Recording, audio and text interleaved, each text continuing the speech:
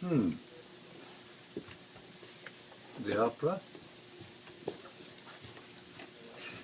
Blues? The history of North Dakota. Oh, Timbuktu. That's something of great interest to me. I've always wanted to know more. Oh, look at this. I think today, for all who may be paying attention, I'm going to teach you about Timbuktu. When and where did Timbuktu exist? Did it exist? Well, Timbuktu did exist during the Middle Ages, around 1300, and rose to greatness as a center of trade and culture during this time. Kind of like New York City, maybe, except without the drug culture and everything, and the hip-hop guy. No, but anyhow, geographically, Timbuktu is located in West Africa and is part of the southern Sahara Desert, an impossibly harsh environment. So how could the people have possibly built this into a big center? Well, the saving grace of the Mali and Timbuktu was its location along the Niger River, which provided the area with opportunities for settlement and trade. Additionally, Timbuktu's location as a stop along the Saharan caravan routes plunged it into culture surrounding trade. More importantly, Timbuktu's geographic location allowed it to be a point of connection between the Islamic North and the smaller civilizations of West Africa. Now, I don't think they mean pygmies there, just the groups were smaller. This fact defined their society, which was characterized by diversity and cultural and religious tolerance. Timbuktu attracted merchants and scholars alike, both from Africa and the outside world. Timbuktu. What a wondrous place. If only I could be there now. But I can be there if I read from information about it. It will take me there in my mind. That's why we read. Timbuktu was a West African city, part of all three of the West African empires, the Ghana, the Mali, and the Songhai. I wonder how it could have been part of all three empires and still been just one city. But anyhow, each of these civilizations contributed to the city's prosperous years, which are defined by the gold trade. However, the rest of the world had a distorted view of what Timbuktu was. As incredibly wealthy rulers, such as Mansa Musa, the richest man to ever live, in fact, traveled the world on his Hajj. It was a kind of car back then, giving gold to whomever they encountered. Societies in the Middle East, Asia, and Europe began to expect that Timbuktu was a city of gold. That is, the entire city was made of gold. The people were made of gold. The streets were made of gold.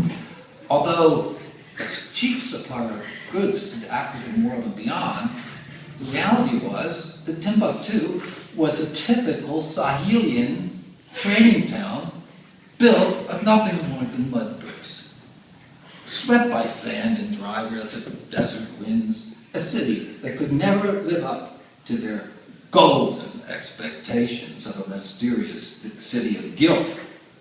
And I don't mean feeling bad about something. I mean guilt like in gold, hidden in the solitude of the Sahara Desert.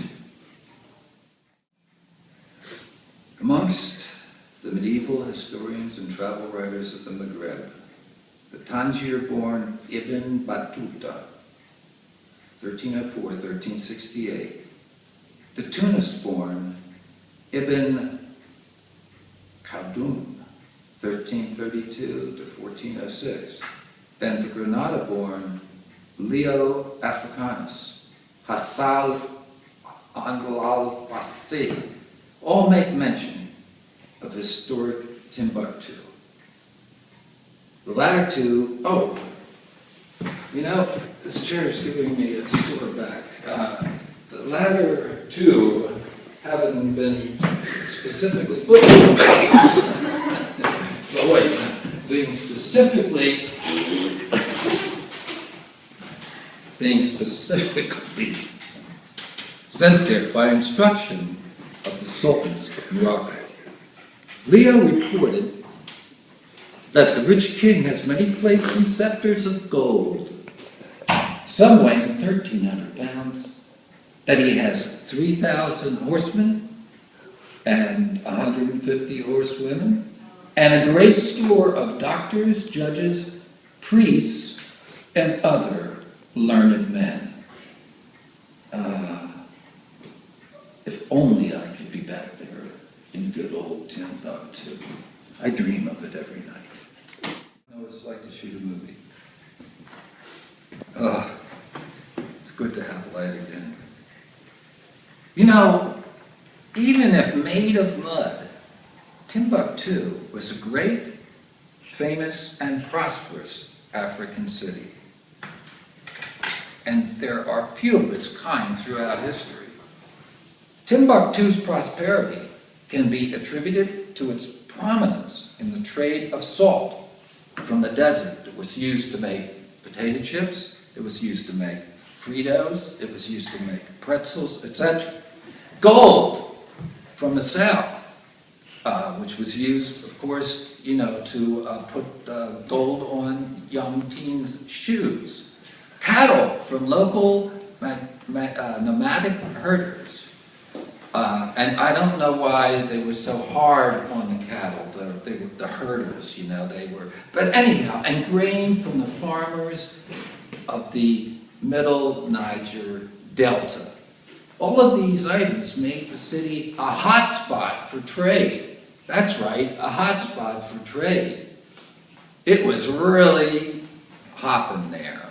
This, combined with the city's rich cultural diversity, made Timbuktu the great and unique society that it was.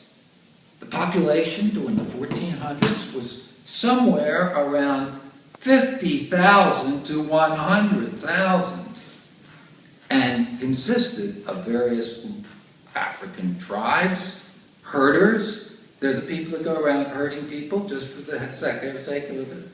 Farmers, Berbers, and along with the Arabs from the north. Additionally, scholars from all over the world flocked to Timbuktu, as it was said to be a city of intellectual prowess. Timbuktu was a meeting place of many languages and many traditions.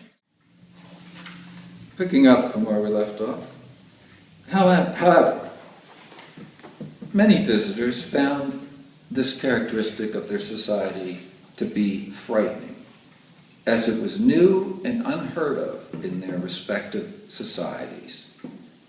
And you're saying, what is this characteristic of their society? Well, we're talking about Timbuktu as becoming a meeting place of many languages and traditions. It was becoming a melting pot. It was becoming a center of exchange of ideas, concepts. Residents of Timbuktu lived in houses and practiced Judaism, Christianity, Islam alike. They mixed and matched all three at times. Islam had, and we could learn a little bit from that today.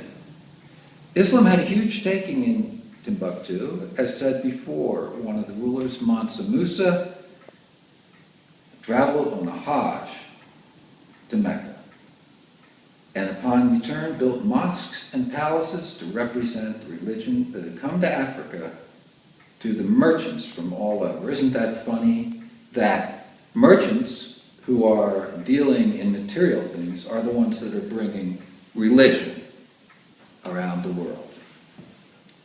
Yet, their versions of these religions are unlike what is commonly idealized about these faiths. You might not even recognize these religions as what they are if you saw them today. And you probably wouldn't understand what the people are saying either, or anything that was going on. But before the emergence of these religions in their societies, Western African communities practiced various forms of animism. That's like the lowest form, I'll tell you, of it's not even religion, it's maybe you could call it spiritualism or something. But when you're worshiping a toad, when you're worshiping a fly, when you're worshiping the feces of an elephant, that is not a good sign. These faiths became morphed with the classic faiths and became seemingly strange versions of these religions. They twisted and melted together. For example, as our good friend Ibn Battuta talks about, how the African Islamic women do not veil or practice extreme patriarchy in the same vein as their counterparts in the Middle East. They do not veil. They're doing very well. Instead, women have many rights.